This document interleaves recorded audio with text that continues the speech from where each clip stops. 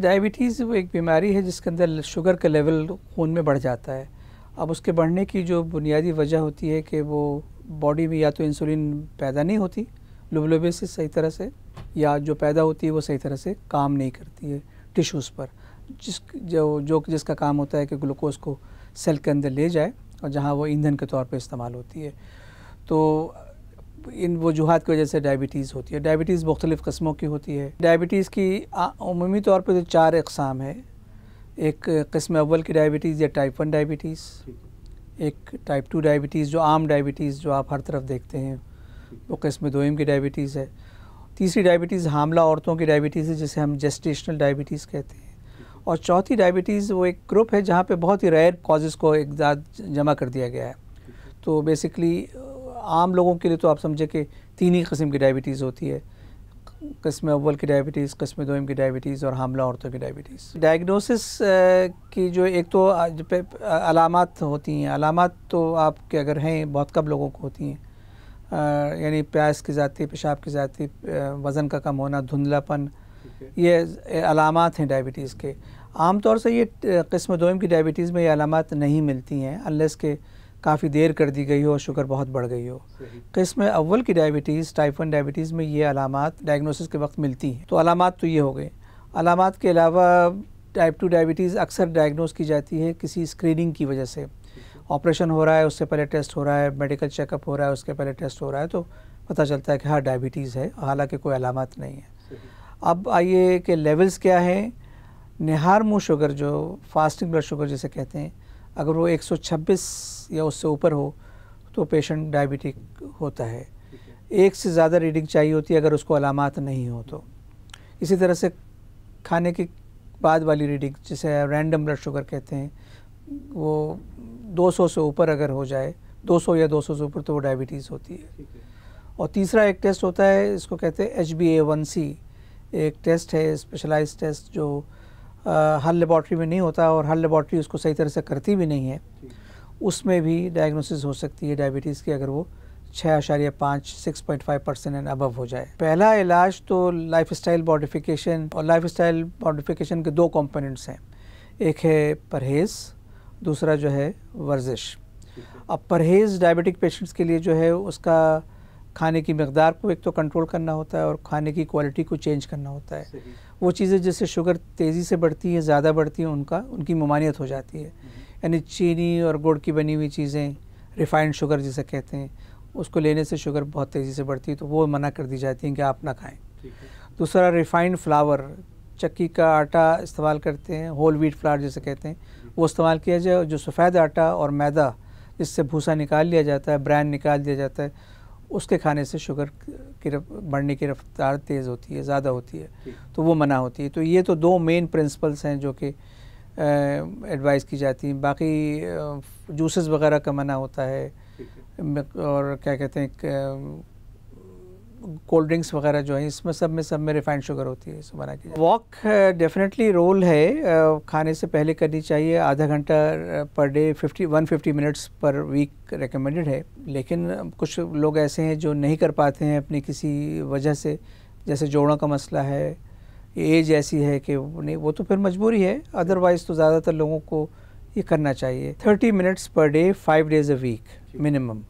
ज़्यादा रोज़ाना करें तो बहुत ही अच्छी बात है। देखिए, डायबिटीज़ की कॉम्प्लिकेशंस का ताल्लुक़ 2 चीज़ों से होता है, डायबिटीज़ के कंट्रोल से और डायबिटीज़ के दौरानिए से।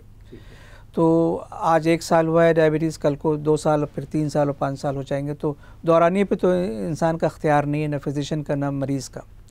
लेकिन कंट्रोल अगर शुरू से किया जाए तो पेचीदगियों के इम्कानात या तो कम हो जाते हैं या देर से होती है। पेचीदगी गारंटी तो नहीं है कि नहीं होगी, लेकिन बहरहाल इम्कानात कम कर हो जाते हैं अगर पेचीदगी वो कंट्रोल किया जाए शुरू से। टाइप 1 में भी होती हैं और टाइप 2 में भी कॉम्प्लिकेशंस दोनों में होती हैं।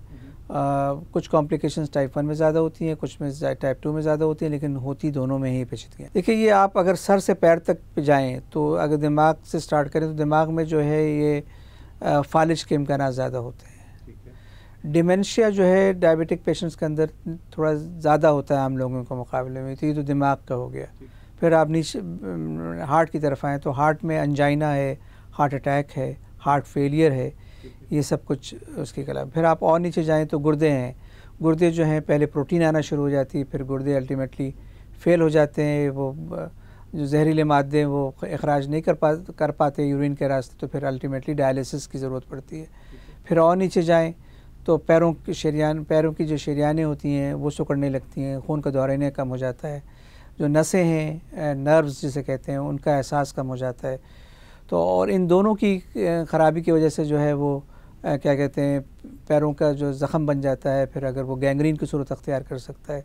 मैं एक चीज़ रह गई है आपको बताना कि आँखों का मामला रह गया। आँखों में जो है वो पर्दा, एक तो मोतिया उनको वक्त से पहले होता है और रेटिना अफेक्टेड हो जाते हैं, रेटिनोपैथी हो जाती है। रेटिनोपैथी जो है अगर इसीलिए उसके इलाज में जो है उसकी स्क्रीनिंग होती है ताकि वो अगर पहले स्टेज पे पकड़ ली जाए शुरू के स्टेजेस में तो इलाज हो जाता है, वरना जब बहुत एडवांस हो जाती है तो बीनाई ख़राब कर देती है। ऑन एन एवरेज जो अब अगर एक जनरल रूल के तौर पे कहें तो 7% कहा जाएगा कि 7% या उससे नीचे रखी जाए, लेकिन ये आपको थोड़ा सा एडजस्ट भी करना पड़ता है according to the patient's condition and patient's as.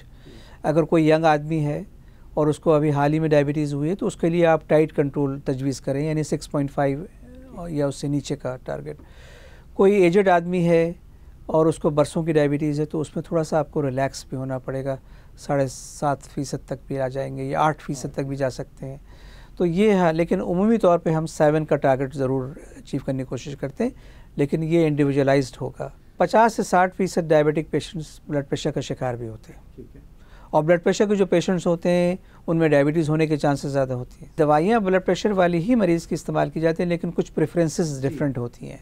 Diabetic patients के अंदर कुछ डिफरेंट प्रेफरेंसेस होती हैं स्टार्ट करने की, और बाकी लोगों में दूसरी होती हैं, लेकिन वो दवाइयाँ जो हैं दूसरे ब्लड प्रेशर के मरीज़ भी इस्तेमाल करते हैं। 140/90 इज़ द अपर लिमिट, उससे क्रॉस नहीं होना चाहिए, preferably 130/80 most of the time रहना चाहिए। कोलेस्ट्रॉल का एसोसिएशन इस तरह से है कि डायबिटिक पेशेंट्स को हार्ट अटैक या एंजाइना का या फालिज के होने के इम्कान 3 से 5 गुना ज़्यादा है आम लोगों के मुकाबले में। कोलेस्ट्रॉल एक रिस्क फैक्टर है इन कंडीशंस के लिए। तो कोलेस्ट्रॉल लेवल्स जो है नॉर्मल लोगों के लेवल्स से भी कम रखा जाता है डायबिटिक पेशेंट्स के अंदर। तो नॉर्मल लोगों का अगर टोटल कोलेस्ट्रॉल 200 है तो डायबिटिक के लिए 200 नहीं है, उनके लिए काफ़ी कम लेवल्स रखे जाएंगे। तो ये तो जहन में रखें। अक्सर डायबिटिक पेशेंट्स पूछते हैं कि भाई मेरा तो कोलेस्ट्रॉल ठीक है, आप हमें कोलेस्ट्रॉल की दवा क्यों दे रहे हैं?